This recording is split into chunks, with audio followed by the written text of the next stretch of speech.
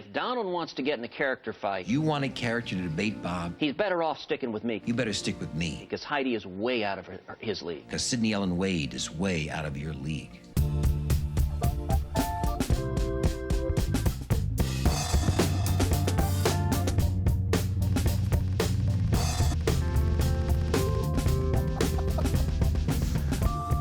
Props where props are due. Thanks to Lachlan Marquet of the Free Beacon for pointing out Ted Cruz's homage to Michael Douglas and the American president.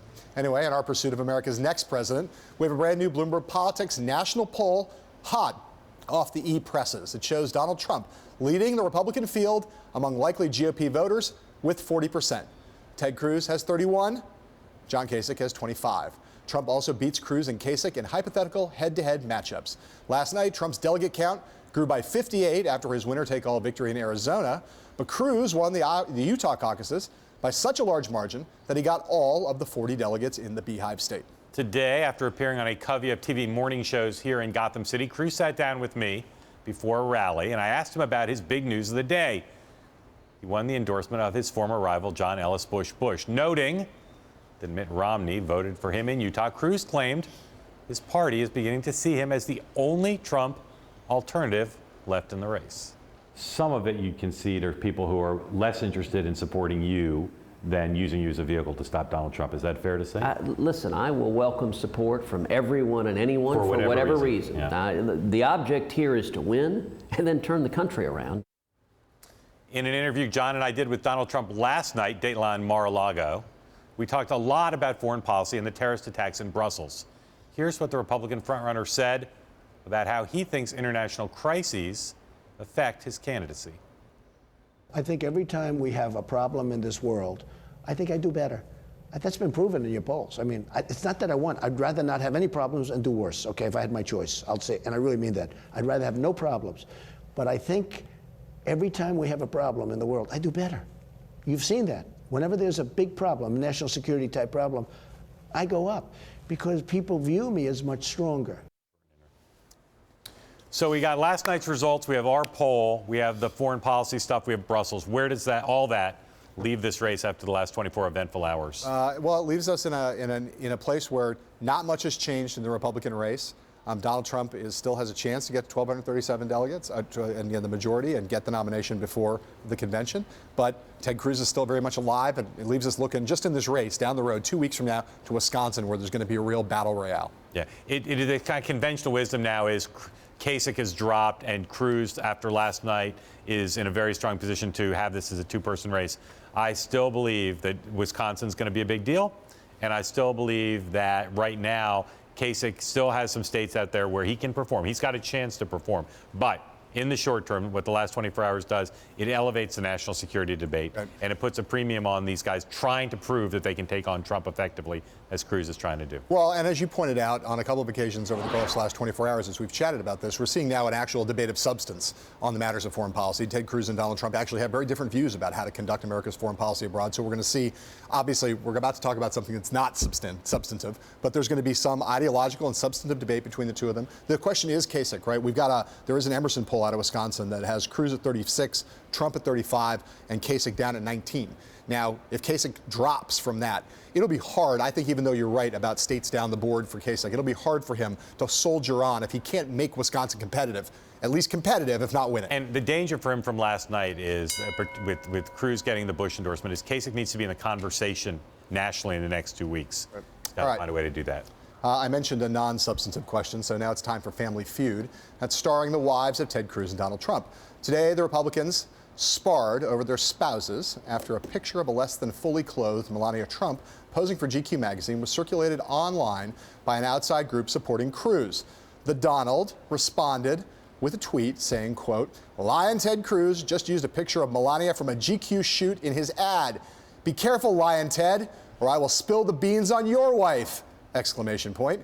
To which Cruz responded with a tweet of his own, quote, "Pick of your wife, not from us. Donald, if you try to attack Heidi, you're more of a coward than I thought. Hashtag classless." Cruz continued that line of attack against Trump in Mark's interview with him today. He's used to being a bully, to just attacking people and scaring people. I'll tell you, Heidi is not remotely scared of Donald Trump. She's dealt with bullies in the business world her whole life, and someone yelling and screaming and insulting her is not remotely frightening to Heidi. She is the daughter of Christian missionaries. She lived in Africa as a little girl. She is my best friend. And if Donald wants a character fight, he ought to stick with me, because Heidi is way, way, way out of his league. There's that American president thing again. A little after that interview concluded, Heidi Cruz had this to say when she spoke to reporters in Waukesha, Wisconsin. You know, as I said, you probably know by now that most of the things that Donald Trump says have no basis in reality. Mark, my question for you, given this little outbreak, especially right in the wake of Brussels, how personal can this thing get between Trump and Cruz? It's hard to imagine it getting more personal than this, but I will say, just you can see, having talked to both guys in the last 24 hours, you can see that the animosity between them now is real. It's not stage acting, it's not pretend, it's not for political purposes. And so I think it's a pretty volatile situation. Trump has always provided volatility, and particularly if it gets down to a two-person race, I think it could escalate even from where we are now. I have to admit, yes, it could certainly escalate. Look, it's Donald Trump. It could get much more personal than this, and they've now dragged their spouses into this in a really kind of unseemly fashion. I have to say, you know, maybe I have too much decorum, and that would be the first time anybody's ever said that about me. But like, I think the idea that Trump decided to use that occasion to go after Cruz for something that wasn't coming out of the Cruz campaign, you know, again, less than 24 hours after the attacks in Belgium, I just think it's just, you know, it's no good for Trump to be going there. Some personal stuff works for him. I'm not sure this does.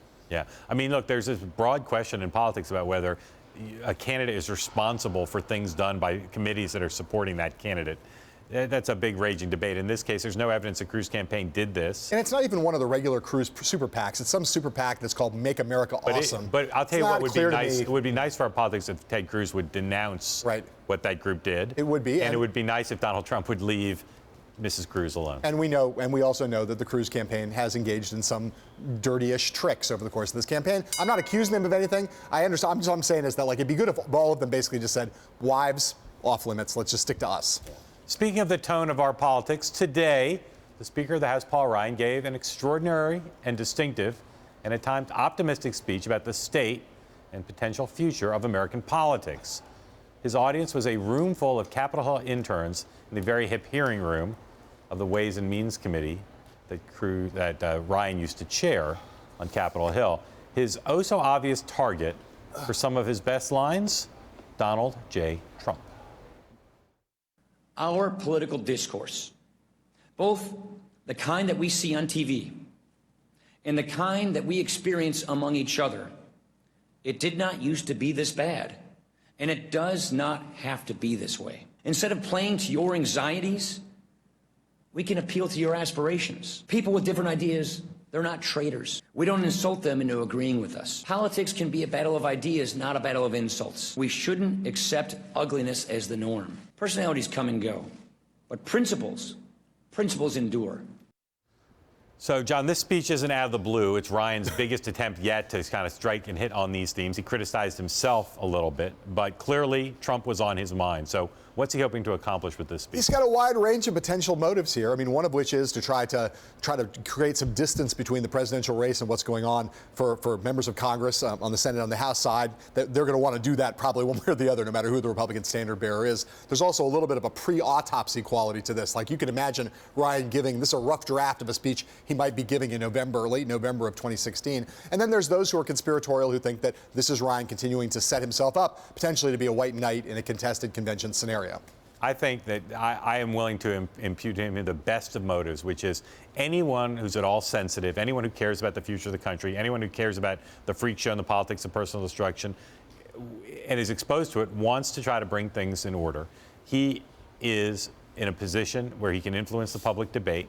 And I believe the first thing you said, which is he wants to create substantive space for House and Senate members and candidates to operate in over the next year, no matter who the nominee is, and especially if the nominee is Donald Trump. Well, he's going to have to. And, you know, it's quite clear. There's no doubt that Mitch McConnell and Paul Ryan both know that if Donald Trump is the nominee of their party, there are going to be a lot of congressmen and senators in contested, tough races who are going to run far and far away from that ticket. And he's, again, trying to give them essentially an alternative platform to the public platform that Trump will be laying out as the nominee of the party, which will be filled with, naturally, will be filled with invective and heat and not anything like the kind of tone or substance that Paul Ryan has been for his whole career. And just based on what Trump said at his press conference about Ryan on Monday, there's not total trust between those two guys.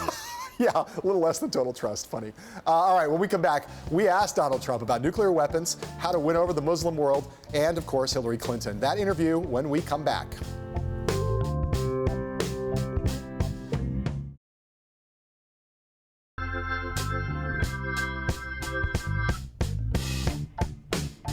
Last night in Palm Beach, we sat down with Donald Trump at the Mar-a-Lago Club in Palm Beach to talk in the aftermath of the terrorist attacks in Brussels. Amongst other matters, we asked him to clarify something he told the Washington Post editorial board earlier this week about whether he would ever consider using tactical nuclear weapons against the Islamic State. I think I'd probably be very, very late compared to my opponents that are running. People don't realize, and I know a lot of people like to say he actually was sort of for the Iraq War. I was against the Iraq War. Right. When I did the one interview many months before it started, it was like, I don't know, that's the first time. And in all fairness, I've been a great businessman over the years. I was asked as a businessman. It didn't sound so good to me. Right. But by the time that started, and there's plenty of proof on it, I mean, there's plenty of articles from that time, or at least very early on, I was very much against the Iraq War. Hillary Clinton wanted to do it. Hillary Clinton would be such a bad president. She doesn't have the strength. She doesn't have the stamina to be president or to be a good president. People wanted to go into Iraq. I didn't. I'm supposed to be the one that are all saying, he'd use. I would probably be the last to use it. But I have to say this. You'd probably be the last to use nuclear weapons against ISIS. But you would rule in the possibility of using nuclear weapons against ISIS. Well, I'm never going to rule anything out. Right. And I wouldn't want to say, even if I felt it wasn't going, I wouldn't want to tell you that. Right. Because at a minimum, I want them to think maybe we would use it. Okay. Right. It's the worst thing when we do these interviews with everybody, not me. Yeah. And you ask a question like that, and everybody comes clean and they're so honest. We need unpredictability. The enemy, we have enemies. ISIS is an enemy, and it's an enemy not wearing uniforms. So we don't even know who the enemy is. In the old days, we'd have Japan, or we'd have Germany, they'd have soldiers. Right. They'd be dressed, we'd be dressed. We know who we were fighting. Right. It was called a war. We don't know who these people are. So, the fact is, we need unpredictability. And when you ask a question like that, it's a very sad thing to have to answer it, because the enemy is watching, and I have a very good chance of winning, and I frankly don't want the enemy to know how I'm thinking. Understood. But with that being said, I don't rule out anything. Right. Let me ask you, looking back then, rather than looking forward, and maintaining unpredictability, have there been circumstances, provocations in the past, let's say 15 years, when you, if you had been president, would have considered using nuclear weapons? For instance, after 9/11, would you have considered using nuclear weapons against the Taliban? No. No. Why? No. Well, first of all, we attacked the wrong country. Right. We went after Iraq. Iraq did not knock down the World Trade Center. Right. Well, that's why I asked about the Taliban. I'm just saying, Iraq did no, because we could have taken out the Taliban if we really wanted to do it. We didn't need nuclear weapons. I would say definitely nuclear weapons are a last resort. That I will say. I understand the power of nuclear weapons. I had an uncle for many years at MIT, a brilliant man. He used to tell me 30 years ago about the power of weaponry, but the power of nuclear and other things. And it's so devastating. No, I would say, absolutely as a last resort. You're talking more and thinking more about that. Doesn't mean we shouldn't be prepared, and that doesn't mean our equipment shouldn't be prepared, and I'm not even sure it is prepared. I watched 60 Minutes from about a year ago, where they should have never put this on. The administration should have never allowed it. But they showed these nuclear weapons that are not in a state of preparedness. And I will tell you, I would never want to use them, but we have to be prepared, and they have to be absolutely perfect. You're talking more and thinking more about national security than you ever have, obviously. It's true. What are the areas where you would like to learn more, where you think you need to know more to be president about national security? I've had a good instinct for national security. I'm not asking about your instincts, though. No, but it is. It's all about instinct. Well, there's no area where you think you need to know more about the Chinese leadership? I want to know more about everything in every area, okay? I want to know more about everything in every little area, in every little corner. But I do think I have a very good instinct for this. I said take the oil 4 years ago. If you go back, take the oil, take the oil. We shouldn't have been in Iraq. But I said, now you're leaving. You've totally destabilized the Middle East. It's a total mess. Iran is going to take the oil because Iran is, people don't realize Iraq has the second largest oil reserves in the world and really good oil. I said, take the oil. So now who has the oil? ISIS has the oil, and Iran is going to have all of the oil. It's taken for granted for a long time that the United States and that the President of the United States are the leaders of the free world. Right? Would you, if you were President of the United States, would you think of yourself as the leader of the free world? I would. You would? Yes. But right. That doesn't mean I'm going to spend trillions of dollars on nation building. Right. Because I think the days of nation building have proven to be over. Do you think America is the most powerful country on earth right now? I think that weapons are changing, and all of a sudden, the power of the weaponry is so incredible. Let me tell you, if we weren't talking about the power of weapons, I would have been out of the Middle East. I would have said, if you're going in, you made a mistake, get out immediately, come out. But you can't allow anybody to arm with the kind of weapons and the kind of power that can be produced today. That's the problem. But you talked earlier about the notion that we're losing to ISIL, that they're making us look foolish and soft. ISIS. Don't you say ISIS? ISIL is it's one thing with the president. He always says ISIL. Whatever. ISIL. Everyone else says ISIS. And it's almost like he does it to bother people, okay? Well, you understand. I'm not doing it to bother you. Okay, no, I know that. But you know what? But the President of the United States always says ISIL, and everyone else says ISIS, and I actually think he does it to bother people. But when people say America's the most powerful country on earth, they're talking about economics, they're talking about military, they're talking about everything, right? So is America right now the most powerful country on earth, or is someone more powerful? I would say people are catching up. I think China's catching up. I think Russia's catching up. I think, you look at our budgets, we've cut way back on the military. We have a military that needs help. We have a military that the equipment's old. I have a friend whose son has spent quite a bit of time over in Iraq and Afghanistan, and he said that our weapons aren't as good as the enemy because they take the weapons as we give them to people. We give them to people that we think are fighting for us, a bullet shot in the air, and they run, and the enemy takes over the weapons. And he's so disheartened when he sees that they have better weapons than we do, and they're American weapons. National security is going to be a big issue. Yeah. You and Hillary Clinton are both way ahead in delegates now. So let's say it's a general election between the two of you. She was the Secretary of State, nation's chief diplomat. And did a poor job. Look what happened. Look at Syria. Yeah. Look at the job she did. You're a businessman and hosted a TV show. How do you win that argument at a time of national security crisis? I think we'll win it because I think people will see I'm much more competent than she is. But how do you prove I think to I'm people? much smarter than she is. I think I'm much more competent than she is.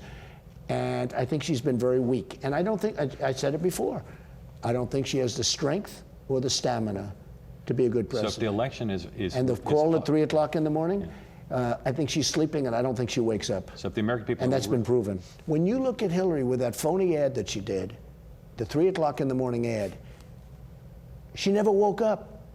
The phone call was made. The ambassador, Benghazi, the call was made many hundreds of times. They were calling and calling. She took Blumenthal's call, but she didn't take the call from the people she was sleeping. Do you think there's anything she did while she was Secretary of State that you think was good? Or Not that I can think of, no. Yeah, she did one thing. She did a lot of traveling. I think she worked hard. She did a lot of traveling. She was always on planes, going back and forth.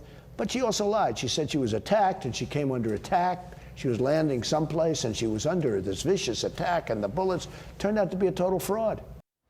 We'll have more of our discussion with Donald Trump later in the program. Up next, what Hillary Clinton said about Trump in her big Stanford University speech earlier today. That's after this.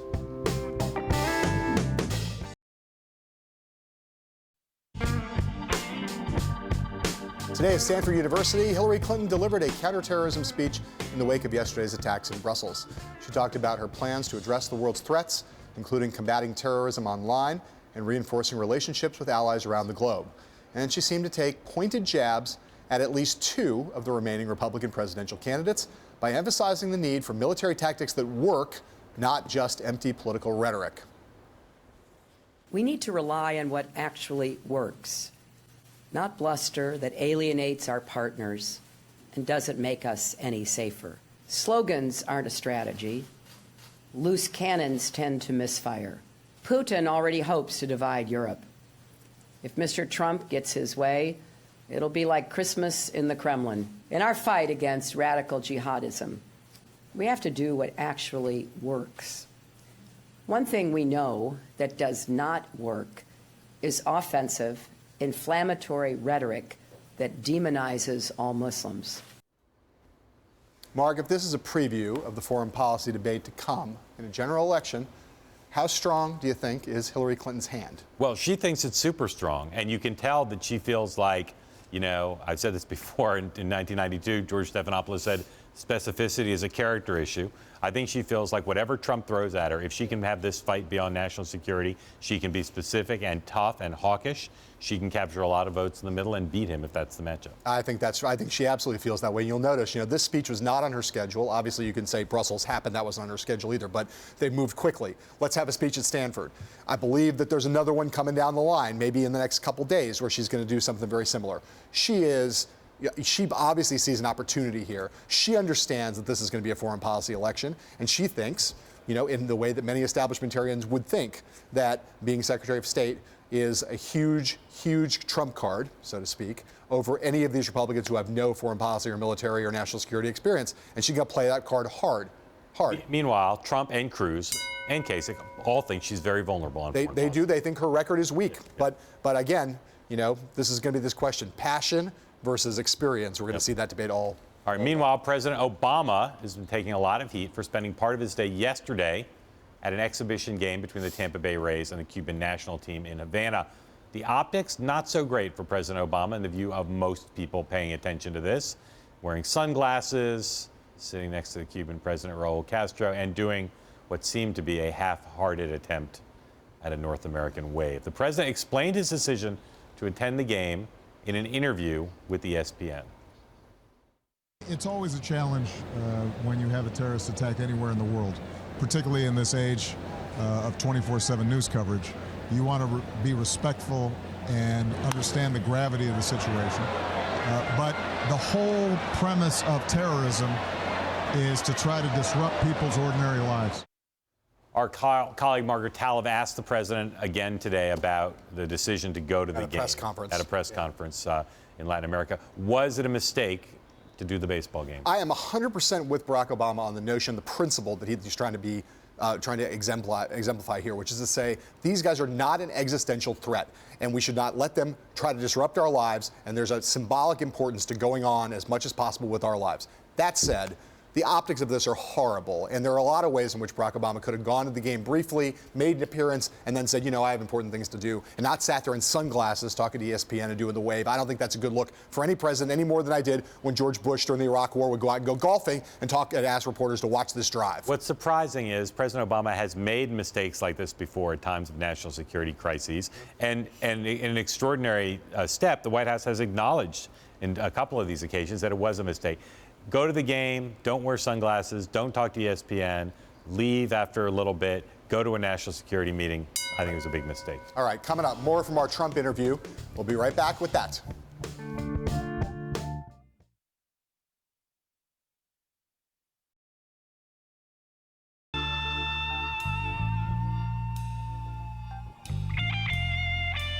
Now for part number 2 of our conversation with Donald Trump from last night at Mar-a-Lago. Talked with him about what he was doing when he found out about yesterday's early attack in Brussels. I was called by a friend. He said a terrible thing happened in Brussels. I'm not that surprised. Brussels, I've sort of been saying Brussels is a mess with what's going on. And I turned on the television and I saw what was going on, and I think it's deplorable. One of your interviews this morning, you talked about giving the country a pep talk as one of the things you would do. When you talk about these issues, you tend to talk about them in negative ways. You say the terrorists are winning. Some people are already in this country. If you were president... Well, they are winning. I mean, look, they're shutting down the world, and we don't do anything about it. And we're worried about laws, and we can't waterboard, and yet they're chopping off heads and drowning people in steel cages. So that's again, I understand that's part of your view, but a pep talk implies optimism. So if you were president speaking to the country right now, what would you say optimistically about winning the war on terror? I'd be very optimistic, and I'd be very tough on terror. I'd be much tougher than what we are right now. And I'd increase our laws so that I'd expand our laws so that we can do certain things. We're not playing on the same field. They have no laws. They have absolutely no laws. They kill people, and they don't talk about it. They don't worry about the law. We do something that's a little bit harsh, and that particular soldier or general or whoever it may be loses his pension and loses his life. We're not playing by the same rules. They're playing dirty stuff, and we're not playing that way. We can't waterboard anymore. We can't do anything. Now, waterboarding, nothing's nice about it, but they say it's a minimal form. Well, you know what? We have to go much tougher because it's eating up the world now, and a lot of the world is weak, and they're weak and ineffective people. What's happening in Germany is unbelievable. What's happening in a small part even of Sweden is unbelievable. And a lot of people are saying Donald Trump was right, and you know that, and I know that, and I don't want to be right about it. I'd actually rather be wrong about it, but I am right about it. Senator Cruz came out today and said that he thought we should have police patrols in Muslim neighborhoods in the United States. I know you said that you thought that was a good idea in an earlier interview today. You were 100% behind it. We had Ryan Crocker on our show, former U.S. ambassador to Iraq and Afghanistan. He said it's the worst idea you can imagine, that it would be exactly what ISIS would want us to do because it would portray the United States as being indiscriminately prejudiced against Muslims. So how do you respond to Ambassador Crocker's view on that? I'm okay with it, all right? I'm okay. We have to be vigilant. We have to be careful. You know, in New York City, we had the strongest, our police department, which is amazing people. We had the strongest, if you talk about vigilance, we were watching closer than anybody else, and it was an amazing group, and they actually caught people in terms of stopping attacks. Right. And it was ended by a mayor who's grossly incompetent, de Blasio. We have an incompetent mayor of New York City, as you probably have heard. And it was ended. They ended it. For no reason, they ended it. And we should bring it back. We have to be vigilant. We have to look, even if it's at the mosques, and I'm okay with it. But I think you're not, there's a problem. John, look, there's a problem. No, I understand, but I think you're not responding to the substance of the argument. So you're saying Ambassador Crocker is wrong that in the analysis that ISIS would take that as a victory? I would say he's wrong. I think we have to be much tougher, much smarter, and much more vigilant. Okay. In your career, which has been obviously very successful, what's an analogy? What's the kind of decision that you've had to make that in your career previously that was the closest thing to the kind of a decision that a president has to make when he decides to send American forces into a conflict? Well, nobody's made decisions like that. You know, you're talking about lives. You're talking about potentially thousands of lives. But you know, when you don't make decisions, oftentimes you're talking about many more lives. If we're going to be weak and ineffective, which is what we are right now. I mean, as an example, I watched President Obama land in Cuba with nobody to greet him, in particular Castro, but nobody to greet him. I thought that was terrible. I then watched him at a press conference yesterday. It looked like he was a baby. Castro was the boss. I then watched him today sitting at a baseball game in Cuba while body parts are laying all over a place with threats to us and threats to everybody else. And I'm watching him sitting in the sun watching a baseball game. I think it looks so bad. He could have left Cuba. He could have said, you know, this is an emergency. He should be back in Washington, in the White House, where a president should be at a time like this. It looks so bad. What's the toughest decision you've made in your career?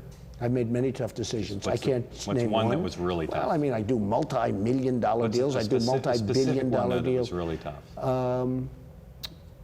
Guaranteeing vast amounts of debt to do very large transactions, which takes courage, and they work out. And if they don't work out, I make them work out. I've taken deals that frankly shouldn't have worked out, and I've made them very good deals. Wasn't pretty, but I've made them very good deals. I mean, I'll be building a massive building in a horrible, and the market's great, and then the market turns bad. And I'm very tough on banks, I'm very tough on and I make them turn out. And I do that very often, because very often things don't work out the way you think they're going to work out. And that's the sign of a great business person. It's the sign of a great deal maker, because things change.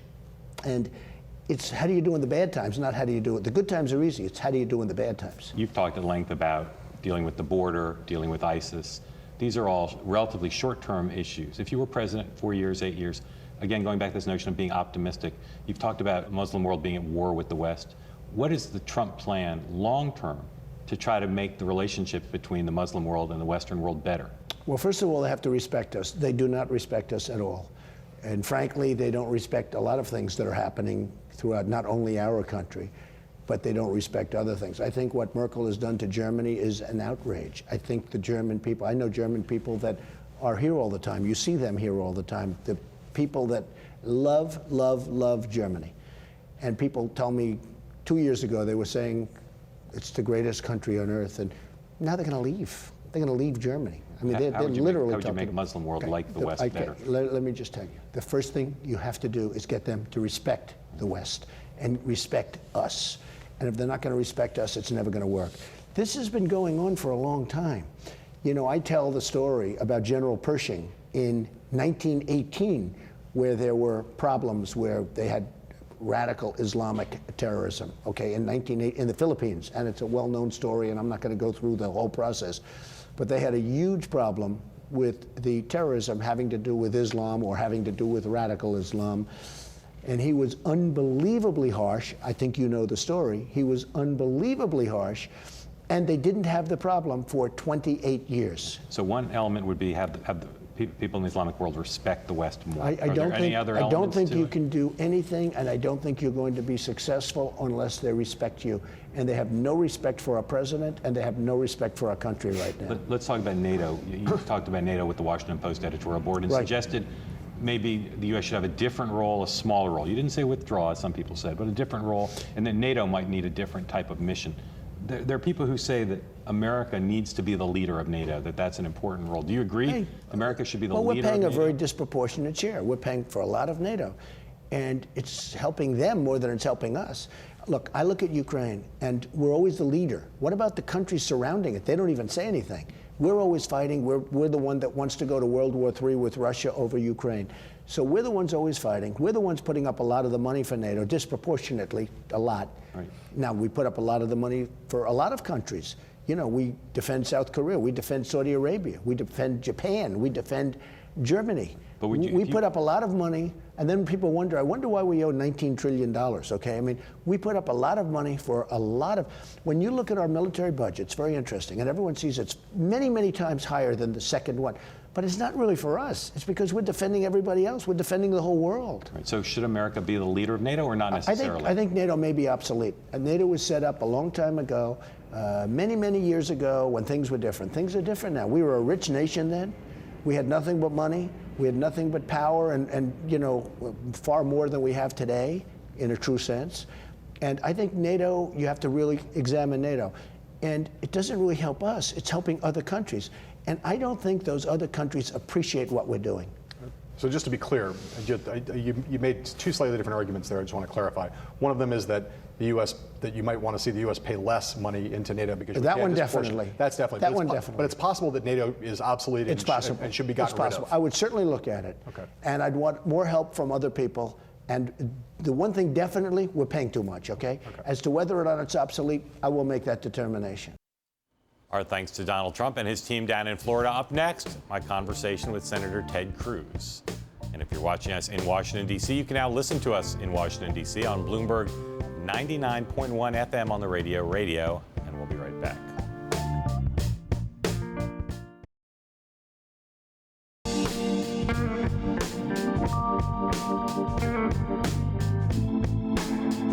Today here in Gotham City, we caught up with Ted Cruz, fresh off a piping hot endorsement from his former Republican rival, Jeb Bush. It was, as they say in the TV business, a wide-ranging discussion, including some talk about what the senator's current rival, Donald Trump, said, that the United States should, as you just heard, reconsider its involvement in the North Atlantic Treaty Organization.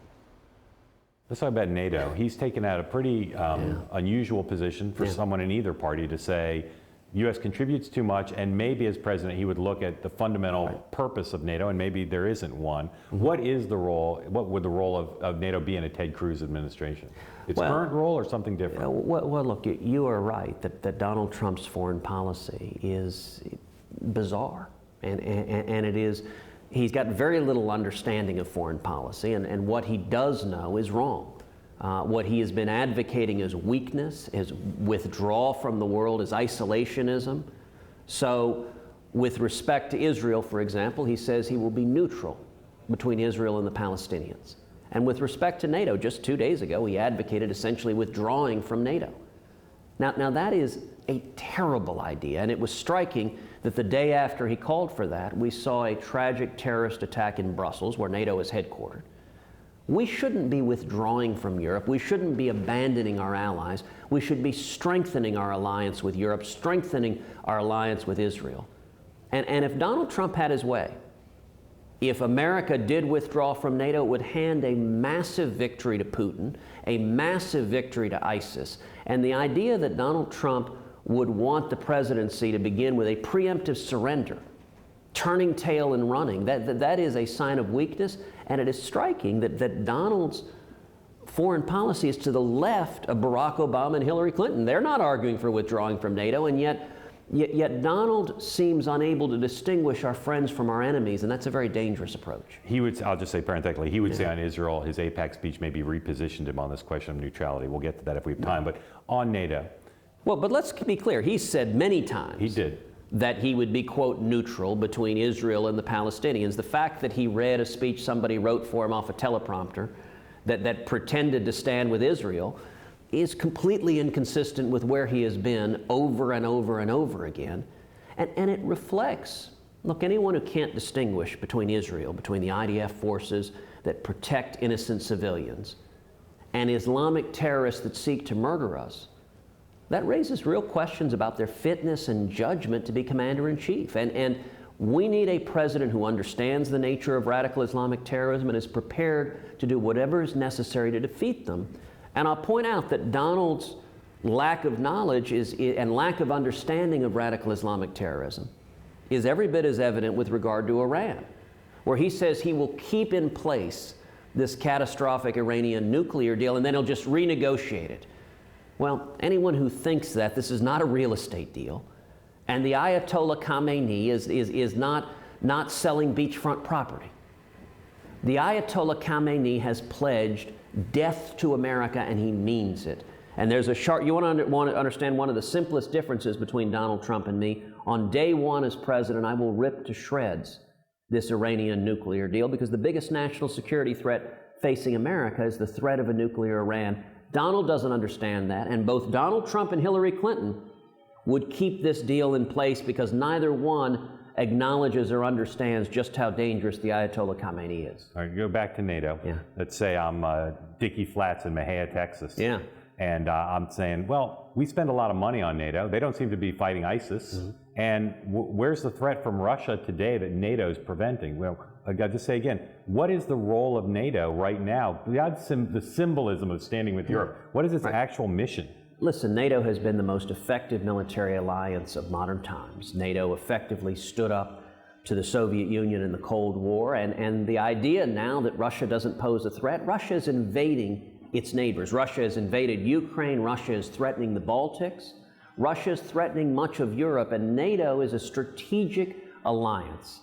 And NATO should be a vehicle for going after ISIS. If we had American leadership, and NATO doesn't work without American leadership, if we had American leadership, NATO could play a critical role in utterly destroying ISIS. Now, Donald's approach is just withdraw and hide, and he somehow thinks the bad guys will leave us alone. Well, you know, Obama tried that. That's called leading from behind.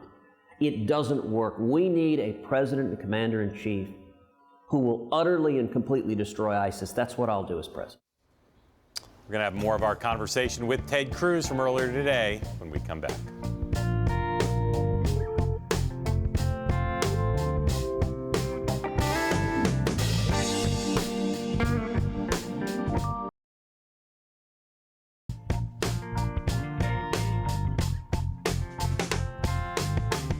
Welcome back. Let's go to the videotape for the second half of our conversation with Ted Cruz here in Manhattan today.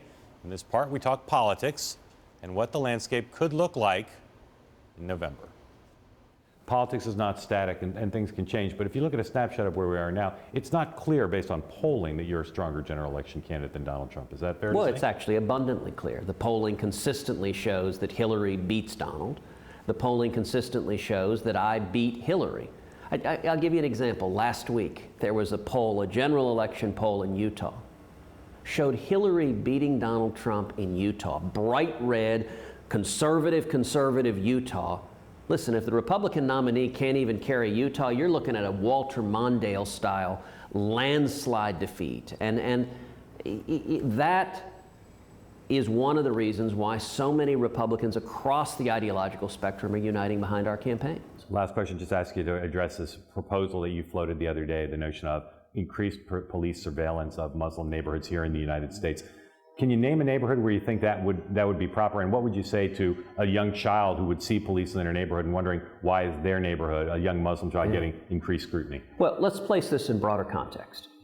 Yesterday in Brussels, we saw a horrific terrorist attack. Our prayers are with those who were murdered, those who were wounded. And yesterday was a reminder that this was not an isolated attack. This wasn't a lone wolf. This is part of a global jihad being waged by radical Islamic terrorism, being waged by ISIS. And President Obama and Hillary Clinton and the modern Democratic Party is in a state of denial. They are so captive to political correctness, they won't say the words radical Islamic terrorism. They won't act sensibly to defeat it. And in fact, every time we see a terror attack, whether Paris or San Bernardino, or no doubt coming after Brussels, President Obama goes on national television and lectures the American people on Islamophobia. Enough is enough. We need a commander-in-chief who recognizes his number one responsibility is to keep America safe. That's what I will do. Now, when it comes to stopping radical Islamic terrorism, you've got to identify the problem and then use every law enforcement tool, every intelligence tool, every national security tool available to defeat it. We're in New York right now. New York had in place a very effective program to work cooperatively with the Muslim community to monitor and prevent radicalization and to prevent Islamic terror attacks from occurring before they happen.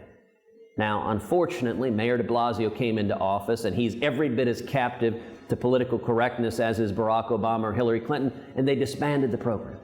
That doesn't make any sense at all. And you ask, what would someone think if they saw a police presence? A 10-year-old. Listen, the police are here to protect us.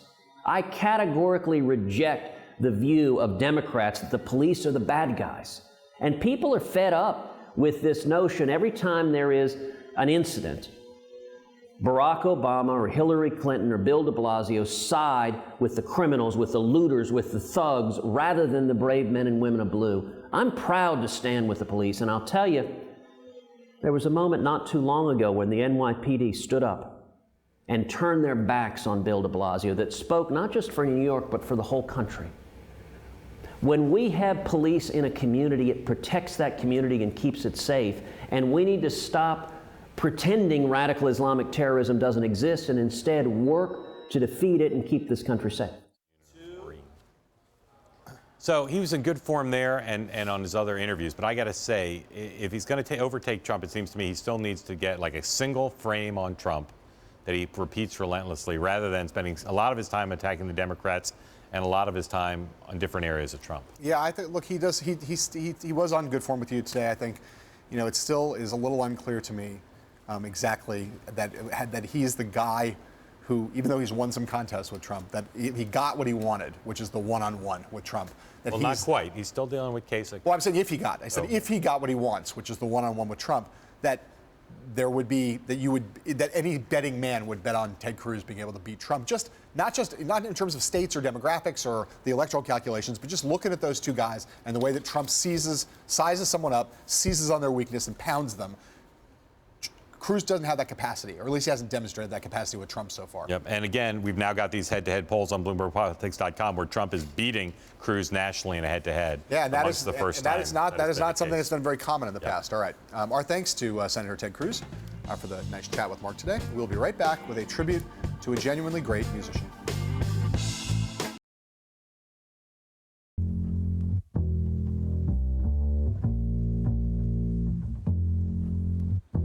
Before we go, we'd be remiss if we didn't pay heartfelt tribute, to the real pride of Queens, Malik Isaac Taylor, a.k.a. Fife Dog of A Tribe Called Quest. The 5-foot assassin with a roughneck business, his nimble flow and spectacular vernacular were crucial components of some of the most influential hip-hop records of all time, and inspired artists from Questlove to Kendrick Lamar and Justin Timberlake to Lin-Manuel Miranda. He died last night at just 45 years old from complications from diabetes. Pfeiffer, you're always on point. Rest in beats, brother. Amen. There's more for our new Bloomberg Politics national poll on the presidential race and other issues right now on our website, BloombergPolitics.com. And coming up on Bloomberg TV, Emily Chang speaks to the chief economist of Trulia. Thanks for watching. We'll be back here tomorrow night. Lots more going on. Right here, right? Right here. We'll be here. We'll be here in this studio, not on the road, not elsewhere. We're here. Right here. Thanks for watching. Awesome. See you tomorrow night. Sayonara.